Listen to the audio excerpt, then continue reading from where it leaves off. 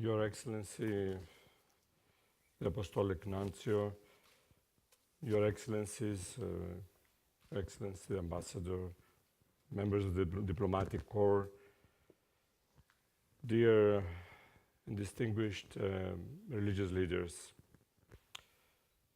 ladies and gentlemen. I would like just to echo what has been said already about what we have lived in the past days in Paris. And I was stuck yesterday at the airport, a busy airport usually, which was really kind of empty, with a fear coming over a lively, usual place and the city.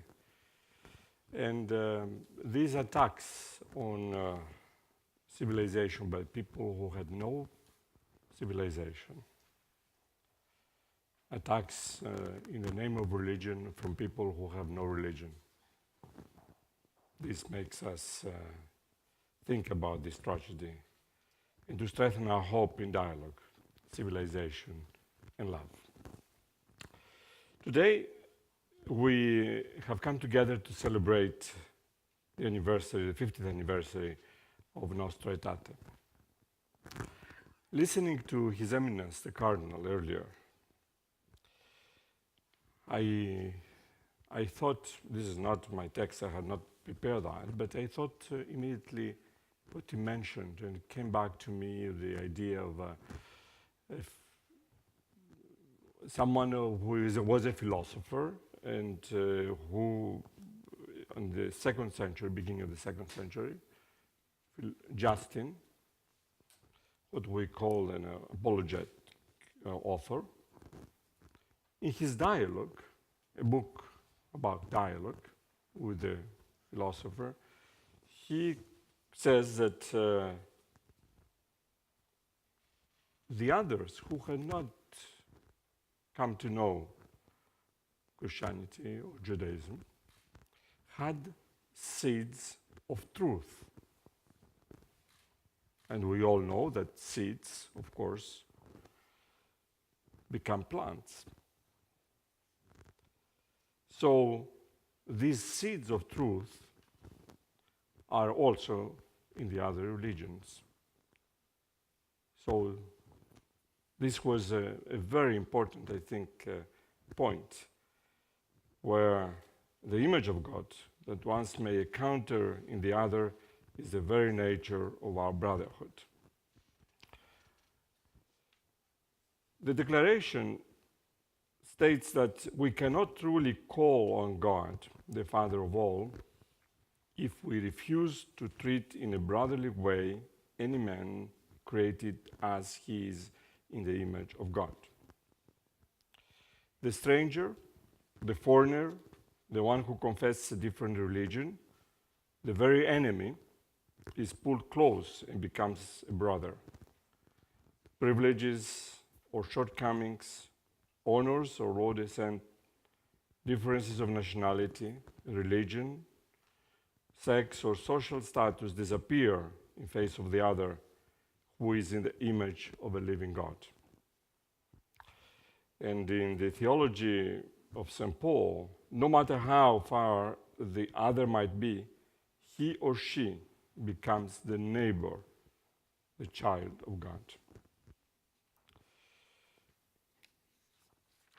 The human being is the most authentic image of God in the world.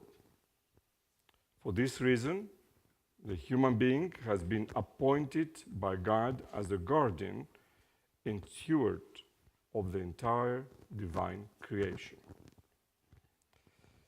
The distinction of human being in male and female determined in a characteristic way the necessity of the other, not only for the sake of identity of the human being, but also for the function of the human being in its communion with God and the world. God, humanity, and the world are intrinsically related together with every kind of communion that is expressed with a double reference of the human being to God and to the world, and influences its relation with other human beings.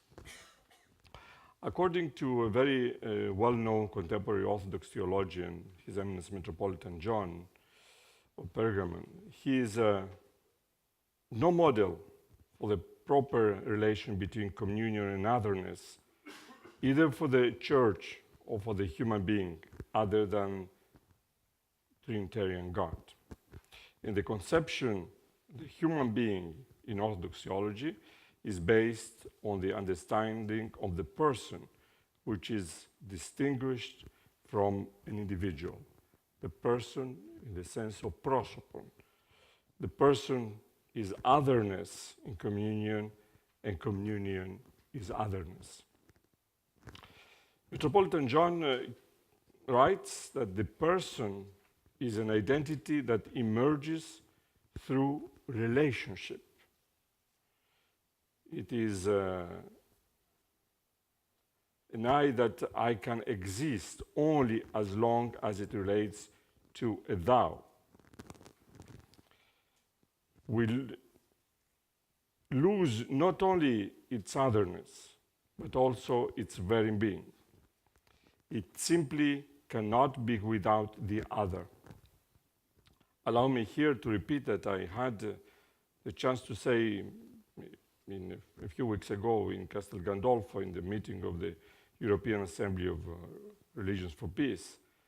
Certainly, multi-religious cooperation demands tolerance from all religious leaders and peoples. However, something more remains. To love our brothers and sisters, solidarity goes beyond tolerance because of love. And when we embrace and we welcome the other with genuine concern and love, as if the other is our very own neighbor, we have got it enhanced the basis of solidarity as a recognition of a shared dignity. It is almost common conscience that the image of the other has been blemished to a greater or lesser degree in all religious traditions due to the prejudices of the past, which have nourished an unhealthy tendency of isolative introversion or even suspicious among the representatives of the various religious traditions. Interreligious dialogue has always been and still remains the only path to effectively treat these phenomena in interreligious relations, because only by a common reference of the ethical and spiritual values to the creator of humankind and the world can real meaning be applied, not only to the recognition of the identity of the other in its genuine dimensions, but also to the mutual knowledge of one another. Therefore, by using the sacred sources of our respective religious traditions as our primary and irremovable guide, we have the high duty to demonstrate that the particularity of the religious traditions does not exclude the fruitful cooperation of the faithful in the context of the contemporary multicultural society. So the common religious, spiritual, and ethical values constitute not only the source, but also the perspective of interreligious dialogue. And that's why education can inspire the common conscience, and the other is an authentic extension of our being and deserves our absolute respect. Whatever human being divides, God unites. And in that case, unity is identical to peace. Dear friends, in 1986, later, of course, than Nostra Aetate, the Orthodox Church in its third Preconciliar Pan-Orthodox Conference in Geneva declared that the contribution of the local Orthodox churches to the realization of peace, justice, freedom, fraternity, and love between nations, and removal of all racial and other discriminations was something very important to contribute to interreligious collaboration, and thereby to nations, to the triumph of goods, of freedom and peace in the world, for the well-being of contemporary people, independently of their religious traditions. It is understood, of course, that this cooperation excludes all syncretism, as well as any attempt on the part of any religion to impose itself on the others. Furthermore, if one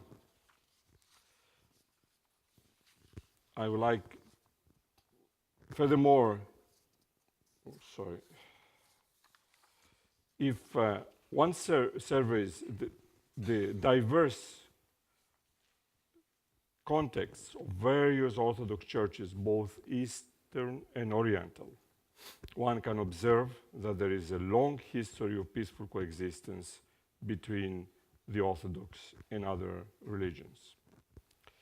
As Orthodox Christians, we strongly believe that other religions should not be simply rejected as wrong, but considered in the perspective of their relation to the Logos himself.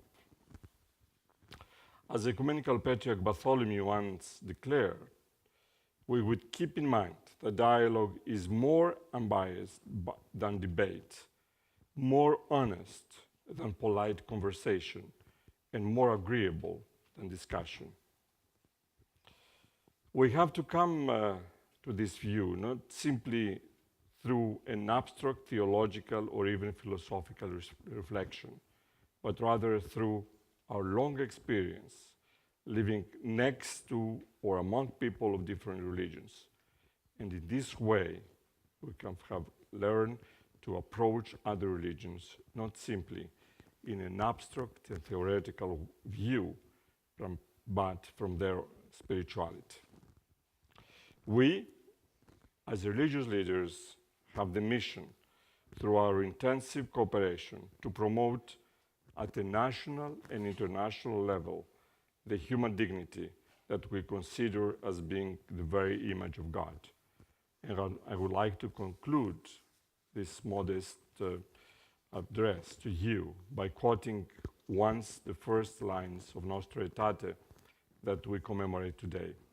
In our time, when day by day mankind is being drawn closer together and the ties between different peoples are becoming stronger, the Church examines more closely her relationship to non-Christian religions and her task of promoting unity and love among people, indeed among nations. She considers, above all in this declaration, what men have in common and what draws them to fellowship. Thank you.